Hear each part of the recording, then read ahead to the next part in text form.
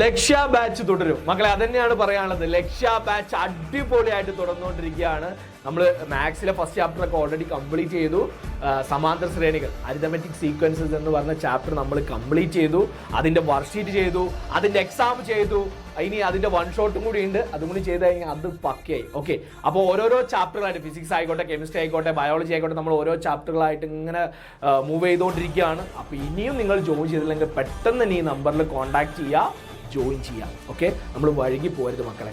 നമ്മൾ ഒരുപാട് കുട്ടികളെ ട്രെയിൻ ചെയ്തിട്ടുള്ള ഒരു എക്സ്പീരിയൻസ് വെച്ച് പറയുകയാണ്, നമ്മളിപ്പോൾ തുടങ്ങേണ്ട സമയമാണ്. ഓക്കെ, ആ എക്സ്പീരിയൻസ് വെച്ചിട്ടാണ് നിങ്ങൾക്ക് ഓരോ കാര്യങ്ങളും പ്രൊവൈഡ് ചെയ്യുന്നത്.